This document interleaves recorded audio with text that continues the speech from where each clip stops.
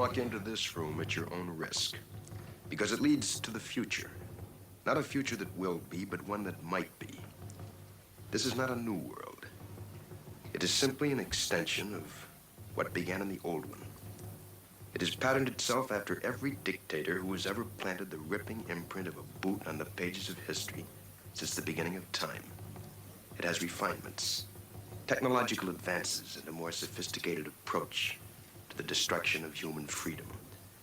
But like every one of the superstates that preceded it, it has one iron rule. Logic is an enemy and truth is a menace. Hello to you all. You're watching RHTVLive.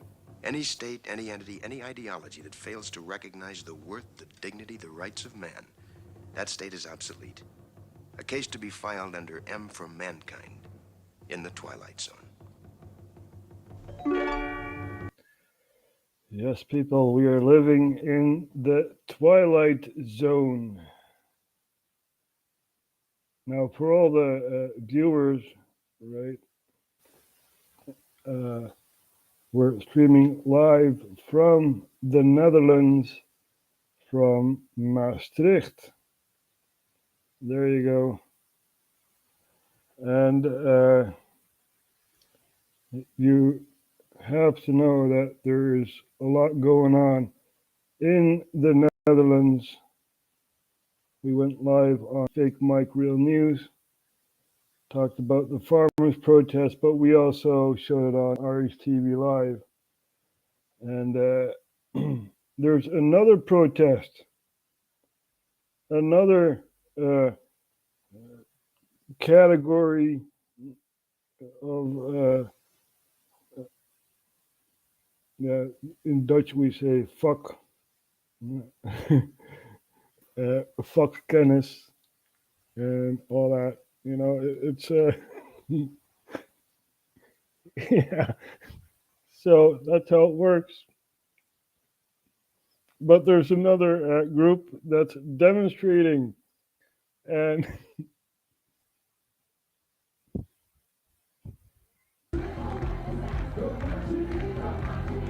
Zo zag het Malieveld er vandaag uit. Om 11 uur vanochtend verzamelden een aantal huisartsen uit het noorden van Flevoland zich bij station Lelystad. Wij staan hier vandaag omdat we met zoveel mogelijk huisartsen en medewerkers uit de huisartsenzorg naar het Malieveld toe gaan. Omdat wij vandaag willen demonstreren tegen de enorm hoge werkdruk binnen de huisartsenzorg. En vandaar dat ik mijn paarse vriend bij me heb om te laten zien dat de bureaucratie moet ophouden. So these are doctors, family doctors that are, you know, way too busy, have a long list of clients and all that. Mij hier in de huisartsenzorg. Het is in de praktijk natuurlijk heel druk. Dat merk je vooral volle spreekuren. Ook bij mijn opleider, zeg maar, de huisarts waar ik de stage loop. En je merkt het ook aan groepsgenoten, aan studiegenoten die voortijdig afhaken. Omdat ze het vooruitzicht van een hele drukke praktijk gewoon niet zien zitten. Ik lig er ook soms wel eens wakker van 's nachts. Ik heb bijvoorbeeld jongeren die het psychisch zwaar hebben. De wachtlijsten voor de jongeren GGZ is gigantisch. En in de tussentijd, in de wachttijd, als je ze op de lijst hebt gezet, dan ben ik verantwoordelijk voor ze. En dan moet ik soms ook gaan schipperen met wat ik als huisarts nog wel net kan met medicijnen of wat niet. De huisartspraktijken zijn vandaag gesloten. Voor spoedgevallen kunnen patiënten terecht bij de huisartsenpost. Een aantal praktijken in Noordoostpolder en Dronten is wel open, net als alle huisartspraktijken op Urk. Zij geven aan het te druk te hebben om verantwoord dicht te kunnen. Die mensen zitten in dezelfde situatie als ik, als wij allemaal. Dus ik begrijp het heel goed, maar ik denk, ja, ergens moet je een signaal afgeven. En ik denk dat dit het moment is. Huisartsgeneeskunde is gewoon een heel mooi vak. En de hele constructie van huisarts als poortwachter is heel waardevol. Maar we moeten wel genoeg tijd hebben om dat ook echt... Ja, het is vakkennis. Fuck. Ja, it sounds weird, doesn't it? Ja. Zo uit te voeren. En dat is nu gewoon niet zo. Als ik elke avond blij ben als ik om 7:30 's avonds de deur achter me dicht trek, dan denk ik dat de nood hoog is. En ik ben niet de enige. So the family doctors were protesting at the Malieveld. And let's see where that is. Malieveld. Malieveld. There you go. It's in The Hague. And there we have it. Wait, there you go. This is the Malieveld, right? Very big field.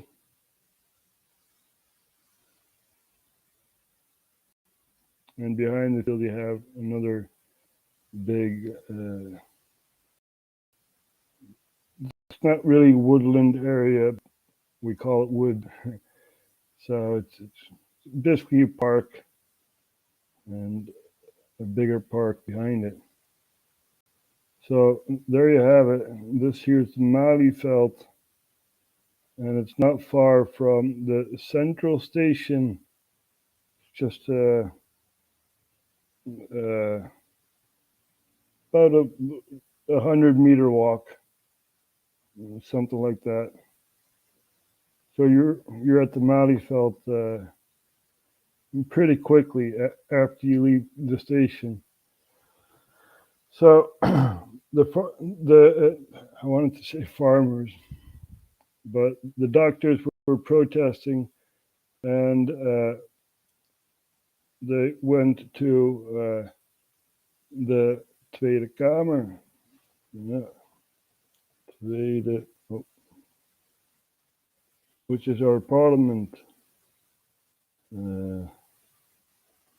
Tweede Kamer. De Staten-Generaal. This here is this is not the real parliament, right? The real parliament is in restoration. So they have a new parliament, which is the old foreign ministry of the US, basically. And now it's it's our parliament for the time being. So yeah, the doctors wanted to go there, but yep, we have the police stopping them. And this is more in the center of town of The Hague. Let's see if we can find it on a map. I'm not that well known in The Hague, but still, it's pretty easy to find. So this here is a Binnenhof, and here we have the square, and this is basically our parliament, which they're restoring. So, and a lot of protesters go to the square and protest there, but you're not do that. You are directed to the Malieveld, which is, quite far from, even though it is some meters to walk, but it's quite far from Parliament. And yeah, doctors were even arrested. Some of them were. Honderden huisartsen zijn naar Den Haag gekomen om te demonstreren tegen de hoge werkdruk. Hundreds of family doctors went to The Hague to strike against the work pressure. A group of demonstrators went from the Malieveld to the Binnenhof, and the police stopped them. This is what RTL News is saying. And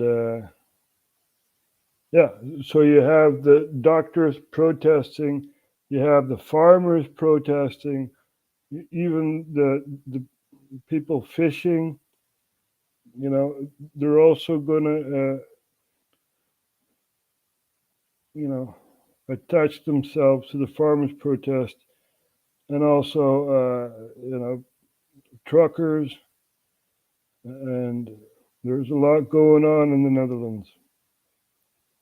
So a lot of people say enough is enough, and yeah, that's basically what's happening.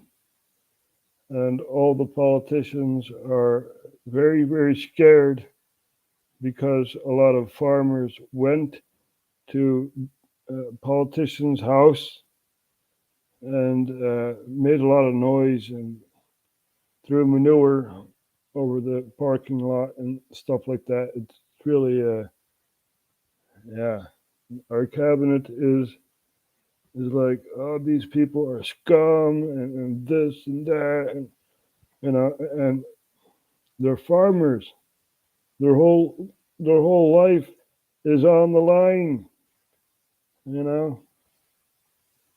So, and these are doctors, and they've had enough. They are, you know, they want more time for themselves because the work pressure is so high for these doctors. These doctors have 202,000 people in one night that they have to treat. Veel demonstranten zijn gekleed in een wit shirt. A lot of demonstrators are dressed with a white shirt. On it says the patients they have, and on one t-shirt it says 's'nachts 202.000 patiënten in mijn eentje. At night I have 202,000 patients by myself, and we need more work for the home doctors, family doctors, you know. So yeah, this is what's happening, and people must realize that we are on the brink of a civil war against our own government. You know, people are being arrested because they suggest let's do this and that, and you know, the police are listening, the government is listening, and we know that at RHTVLive we know, but a lot of people don't know. So this is what's happening, people, in our beautiful country, the Netherlands. So let's take a look at a video of a farmer and these very, very bad cows. You know, bad cows. Even het stikstofprobleem voor jullie in beeld brengen. Dan zien jullie hoe verschrikkelijk het is. En dat een kind gewoon begrijpt dat dit de grootste leugen is die er ooit verteld is. Of in ieder geval één van de grootste leugens. Daar is onze boerderij. Met zonnepanelen. Netjes eigen energievoorziening doen. En volgens onze regering is dit dus veroorzaakt dit het stikstofprobleem. Jongens. Bad cow. Dit snapt toch iedereen dat dit niet waar kan zijn.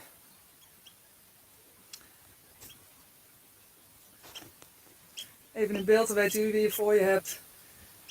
Morgen zal er over deze stikstofwaanzin gestemd worden.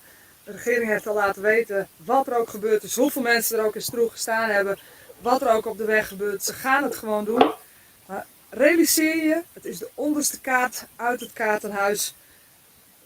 En als dit doorgaat, dan is er veel meer wat in elkaar stort dan alleen de agrarische sector. Dus ja, ik zou zeggen, So she's saying if the farmers fall, then a lot more is going to fall. And we do not want this. But did you guys see it? The bad cow. Bad cow. You're eating grass and you're pooping out methane. You bad cow. We need a butt plug for you. So this is what's happening, people, and it really is amazing. Why blame the farmers for, for all these problems? It's really, really sad. And some farmers hang themselves and stuff like that. It's very, very sad to see what is happening. And we also see this here.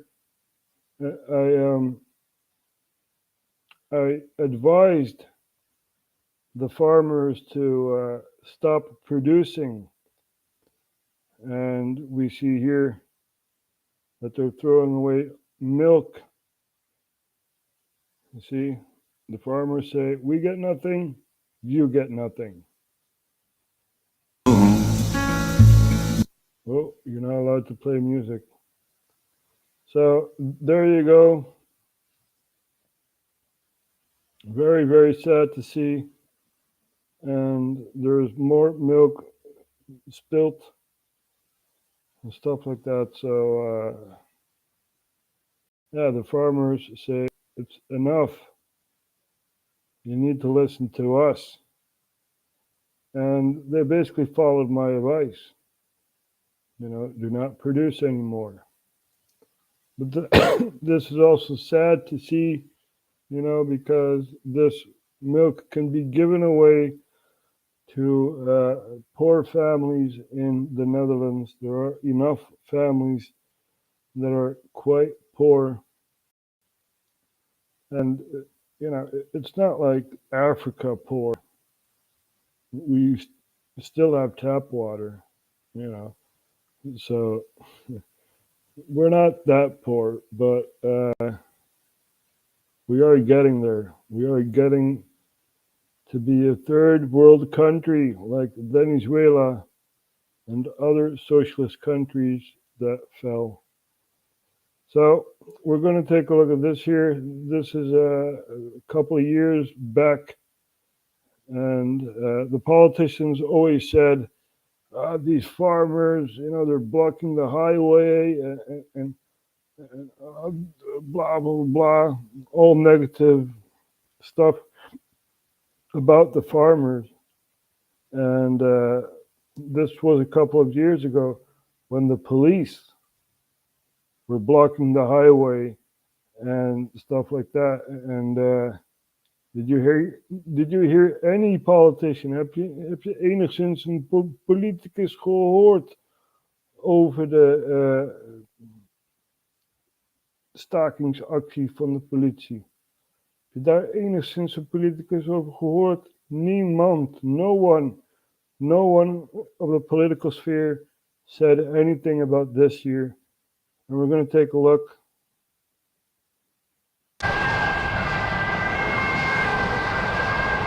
De politie voerde dinsdagochtend opnieuw actie voor een betere CAO. Grote aantallen politieauto's reden over de snelweg met een snelheid van slechts 60 km per uur. De groep verzamelde zich bij het filiaal van McDonald's in Geldrop.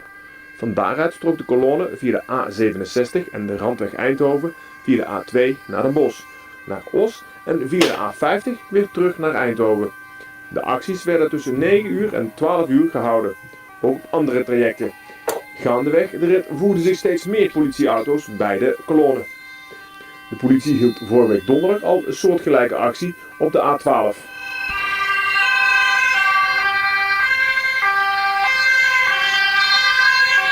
So there you have it. The cops can block the highway, drive slowly and stuff like that. But when farmers do it, no, then they have to be demonized. You see, these farmers are bad and all that. No. The government is bad. The cops know it. The cops know it. They were on strike themselves. You didn't hear any politician say anything about that, right? They got what they wanted. They wanted more money and all that. They got what they wanted, you know? But the farmers, they do not get what they want. You know, the politicians don't talk with the farmers. They talk about the farmers. That's what they do. So this is real sad. And we're going to take a look at this here.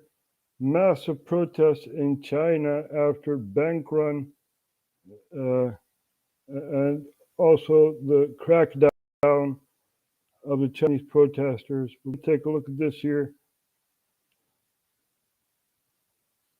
We also give geopolitics, which is also very important. So we're going to take a look at this. Mass protests over a multi-billion-dollar banking scandal. NATO could come to the Pacific. And Xi Jinping plans his first trip outside mainland China in years.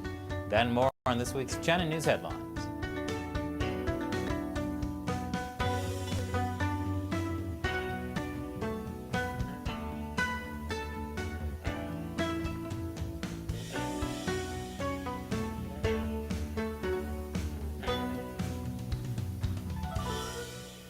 Welcome to China Uncensored. I'm Chris Chappell. Be sure to like, leave a comment. It really helps us with that algorithm. And make sure you're subscribed, because YouTube has been secretly unsubscribing people. And since YouTube also isn't notifying people of new episodes, check back every Monday, Wednesday, Friday, and Saturday. That's what they do here on RHTVLive too. You know, people that are subscribed are unsubscribed by YouTube. We know, we're fighting the algorithm and the New World Order and the Chinese Communist Party and all these other crooks and criminals. For new episodes. For 2 months, more than 400,000 people in China haven't been able to access their bank accounts. On the line is $6 billion. It's being called one of China's largest financial scandals. This week, hundreds of protesters lined up outside the government banking regulator in Henan province. They were watched closely by police. Some people brought the Chinese flag, obviously hoping that authorities would see they're not against the Chinese Communist Party, so please don't kill them. Sorry to tell you, but the Tiananmen protesters back in 1989 tried that one. Didn't work. Now, I am against the CCP. I do not want the CCP having power over my country. Go away, China. Go away. Go bother some other country. You know? not that the younger bank protesters this week would have ever even heard about Tiananmen. Now, this isn't the first time people have protested. This is what they do in China, right? Tiananmen Square, a lot of students were protesting, and you know, the army went after these students, killed a lot of students, and that is not taught in Chinese history books. You know, so it's very, very sad. But we do have a memory, and we do know what happened in Tiananmen Square. You guys remember that tank guy? Tank man? Probably not, right? Probably not. Tank man. There you go, Chinese protester. This is what we are doing at RHTVLive. We are defying the Pentagon, the CIA, the NSA, and all these spying apparatchiks and all that. So we're just giving the news. So this is what happened on Tiananmen Square, and we're never going to forget that. Nope, it's in our memory. So we're also going to take a look at what happened in Canada. Now, what happened in Canada? You have someone named James Top that went from BC, British Columbia, all the way to Ottawa. And he basically walked with a caravan of other people, and he walked from one place of the country to the next, so it took a long while, but now he's in Ottawa, and we're going to take a look at the beautiful country of Canada. So here you have Canada, and British Columbia is on the west coast. So here you have it. There you have British Columbia. And he walked all the way eastward to Ottawa. So we're going to take a look at when he arrived at Ottawa. This is Ottawalks. This is some guy in Ottawa, and he has a very nice YouTube channel. If you want to look at the surroundings of Ottawa and stuff like that, it's very nice to look at. So we're going to take a look at the James Top, the final march when he walks into Ottawa.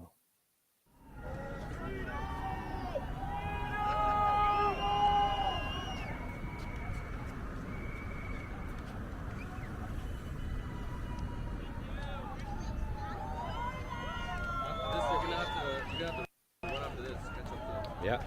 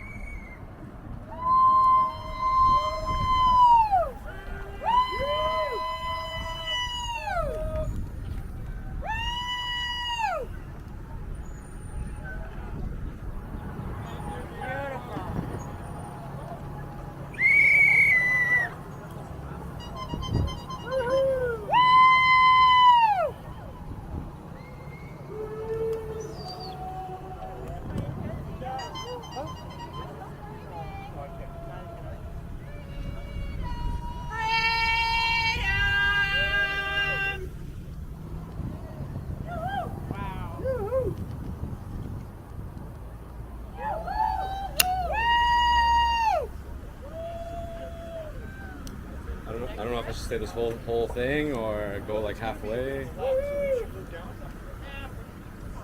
want to meet up with your son or no? And then you gotta go around and run to catch up. Hey, there's a break. Okay, Look at all the beautiful Canadian people, right? That's because one guy had an idea to go all the way from British Columbia all the way to Ottawa by foot. And that takes a while. So I'm proud of James Top for doing that for his country. And look at the support he gets. Look at this.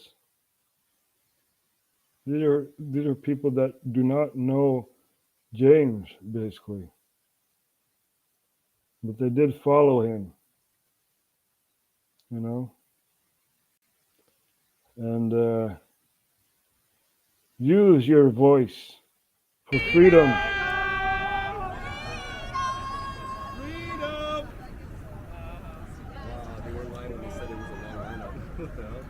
You see what one person can do? You see that? All these people. Look at that. That's a very big line, Just because one person went from one side of the country to the other. Look at this. I wish I was capable of doing that, That was one of my plans for the country, but I'm not physically capable of doing that anymore. So yeah. So look at this. Look at this.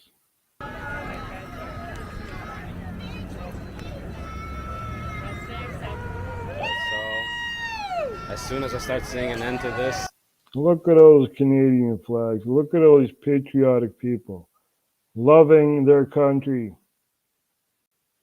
loving their, their neighbor.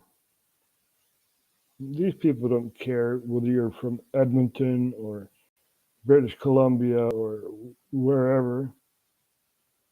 They don't care. They just see you walking with a Canadian flag. That's good. That's good enough for them.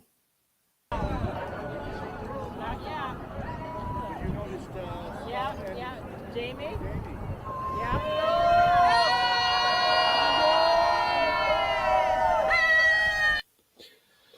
So there you have that. There's a lot going on in the world. And let's take a look at Al Jazeera. What's in store for the Philippines after Marcos becomes president? Marcos Jr. This is the son of the dictator Marcos. And all these people in power, the only thing they want is control over the population.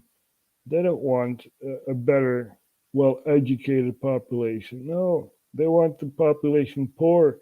They want them stupid, They want them distracted. Look at the NFL, look at basketball, look at this, look at that. Don't look at politics. Please do not look at politics. We do look at politics. We see the world changing, and we have a say in this. Look at Afghanistan, right? Women did not wear headscarves for 20 years, and now the Taliban is in power, and women need to wear headscarves again.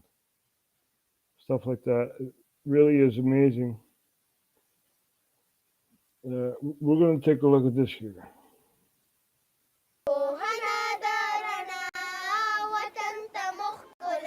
This is a school for young girls and boys in Afghanistan's capital of Kabul. Determined to learn, students write the day's lessons on a whiteboard in a school without a roof. I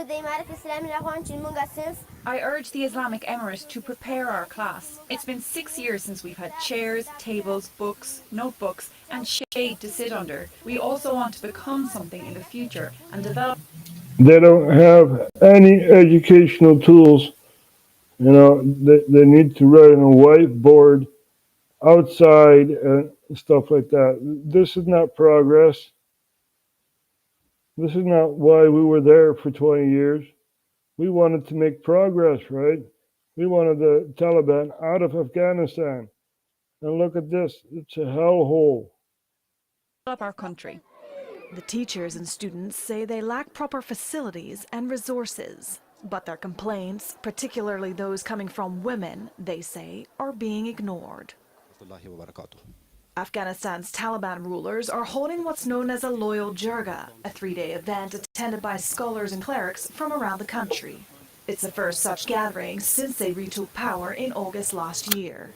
The issue of schoolgirls is a challenge and needs to be solved by the government.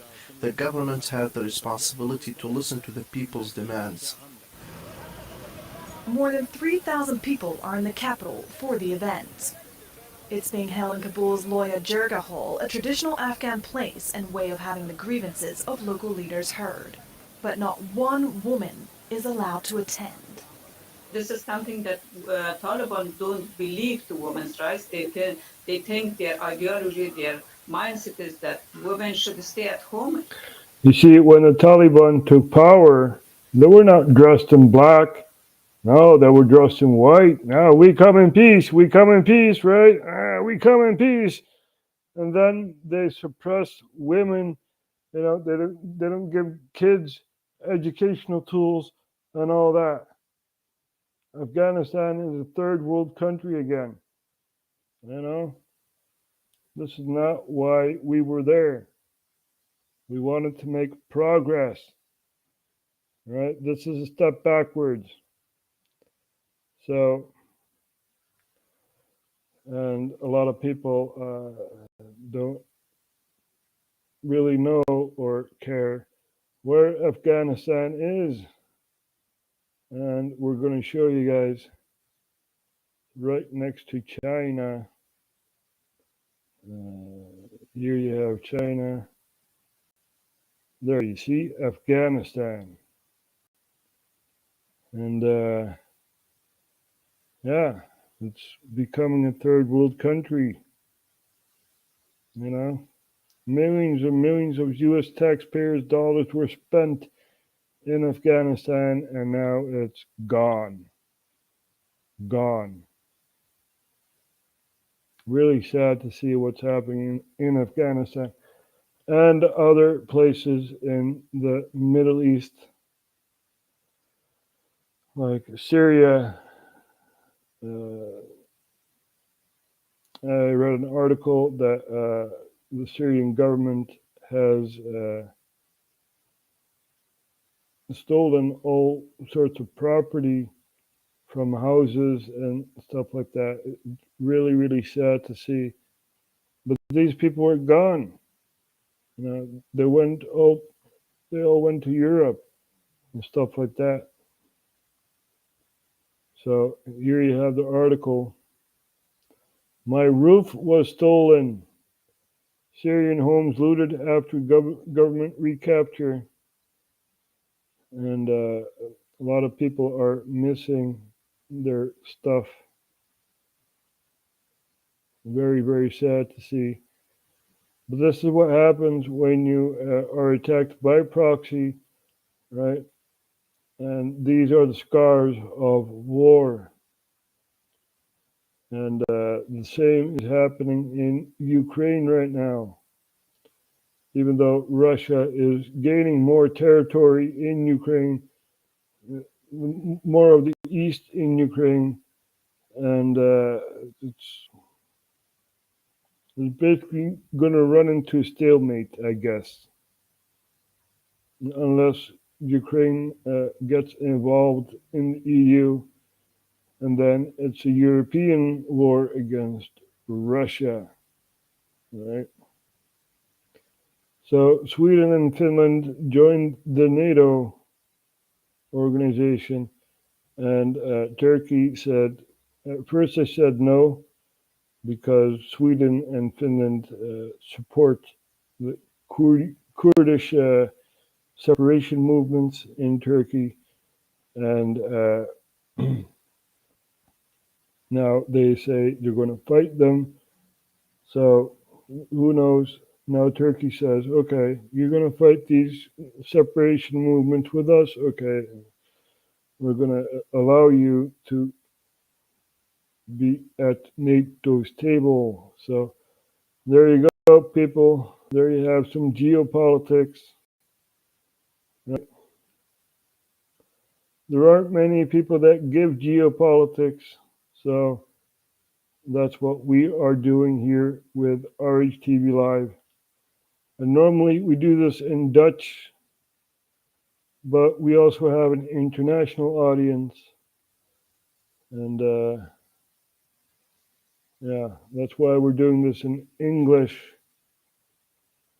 And I have to say that there are more Dutch live streamers talking in English, trying to reach out to the international community. So, and that's what we're doing here in the Netherlands. Now let's see, Putin says Western sanctions pushing Russia-Belarus unification. Who knows? Who knows? Maybe Belarus will be Russia again. Who knows? That's all on the table, right? So we're also going to take a look at this here. This is in Rwanda. This is a YouTuber from Rwanda, and he was filming the proxies trying to take over the Congo. They're preparing to take over the Congo. So this is very, very interesting to see. And who knows where that will end up in. Maybe another Congo war. Here we have the Democratic Republic of the Congo. Now, many people don't know what's going on over there. And to give this a short version, right, you have Uganda, Rwanda, and Burundi saying, Zaire, you are a dictatorship, and we are going to overthrow you. And they set out proxies to overthrow the government of Zaire, and the proxies declared this is the Democratic Republic of the Congo, right? Now, all was quiet and still until, right, there were some soldiers from the Democratic Republic of the Congo in Rwanda and Uganda, and they were shooting some civilians, and they basically turned their backs on the proxies that took over Zaire, and they were fighting in Uganda, and Uganda said, hey, what are you doing? You're supposed to fight over there, you know, at the Democratic Republic of the Congo. So the proxies switched sides again, and basically are training to overthrow the overthrown government of Zaire, which is now the Democratic Republic of the Congo. So we also follow what's happening in Rwanda, Tax TV. Very hard to understand because my African is not very good, but yeah, we see enough images. So we're going to take a look at this here.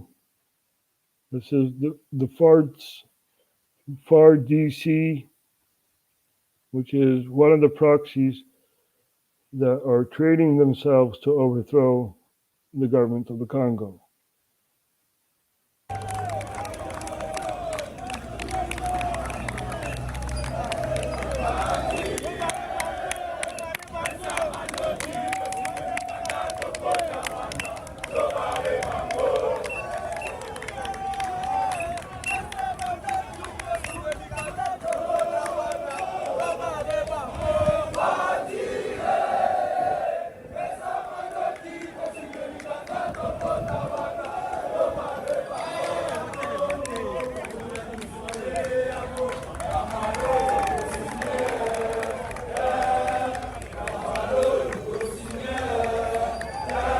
So this is happening in Rwanda. These are the proxies that are going to overthrow the government of the Congo, right?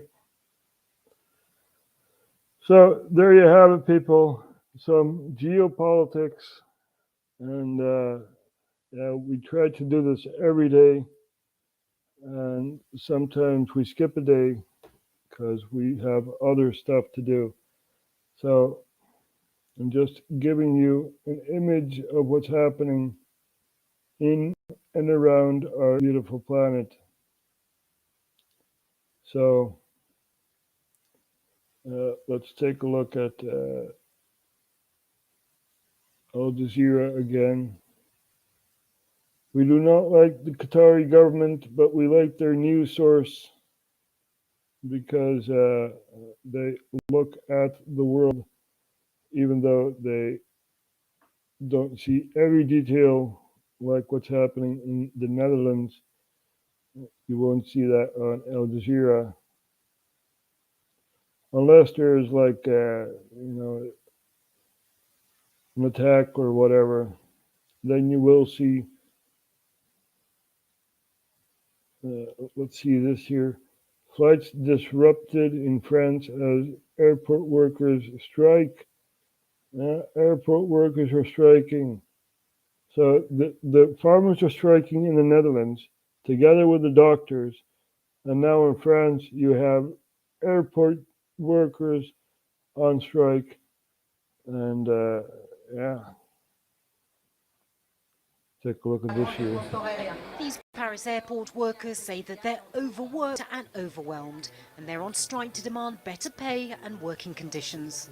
It's a vicious circle. The bosses cut staff during the pandemic, but salaries are so low that they're unable to recruit people, so staff now have to cope with more work as people travel again. It's causing a lot of stress. Many workers say they've not had a pay rise for years, and with inflation they're struggling financially. Sonia has worked at Orly Airport for more than 2 decades. She says she's been forced to resort to using food stamps to feed her children. With inflation being so high in France, petrol is expensive. It's just not possible. I can't afford to feed my kids. I can't fill my... So you're working there for more than 2 decades, and now you don't have any money to buy food for your kids. You need stamps for that. It's like, oh my God. This is what's happening within the European Union, and this is going from bad to worse. The problems that are facing us are very, very big, and that's what happens when you're in one monetary union. When one country falls, another country falls, then another country falls, then another country. It's a domino effect. Now, they did stop this during the Greek debt crisis. You guys remember that? Greek debt crisis?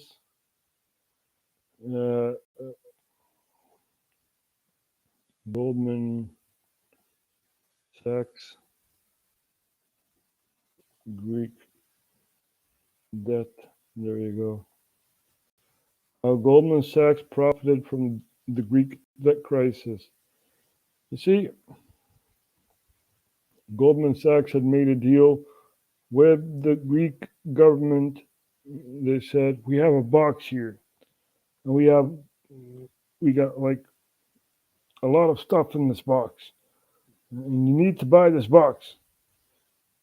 To give an example, right? So the Greek government, they bought the box, they open it up, and they see nothing in the box. And Goldman Sachs sold that box for very, very large amount of money, and the Greek government did not have the money to pay their cops and firefighters and ambulance and all that, so the whole Greek government fell. And now they're in a troika, they're in a straitjacket. Countries within the European Union decide for the government of Greece what they can spend their money on. So this is what's happening, people. People in Greece have been eating from the trash basically for years. And the Greek government cannot do anything because they're in a straitjacket, the troika. So this is getting from bad to worse, right? And Italy is in a lot of debt. Spain is in a lot of debt.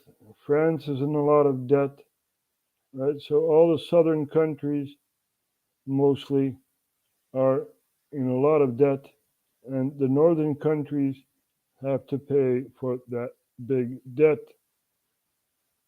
And my opinion is we have to get out of the European Union, go back to our own currency, the guilder, right, and flourish with an economy based on silver. This is what we have to do in the Netherlands. But first, we have to get these people out of power. And it's going to be a very hard thing to do because we have to do it peacefully. And they can use violence. We are not allowed to do that. We won't do that because we are better. We are better than that. You know. So we're going to take a look at the world once more. And yeah, what a world it is, huh? Hong Kong has a new leadership appointed by Beijing, by the dictator Xi, or Winnie the Pooh. Now, this broadcast may be silenced because a lot of governments are listening in and they don't like what I have to say. The West has become totalitarian, right? Dictators. We have Mark Rutte, who's been in power for 12 years, the longest prime minister in the European Union. And yeah, he's still in power. So the Netherlands has become a semi-dictatorship, and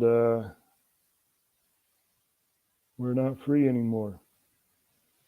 And the Dutch people realize that. Now even the doctors realize that. So there you have it. People, we're going to close off. We've been live long enough, right? And let's see, Summer Dreams. It's also watching from the USA. And Leonda says the Americans and the West were there for the heroin in Afghanistan, not for peace and not for the population. Daar heb je helemaal gelijk in. Ja. Dus het is inderdaad een wereld vol duivels. It's a world full of demons. And we are doing our best to expose these demons and show the agenda behind it. So, thank you all for watching. I hope you guys learned something. And yeah, who knows? Maybe next time we'll talk about the Peloponnesian War again. And yeah, we'll see each other next time. Thank you for watching, and bless you all.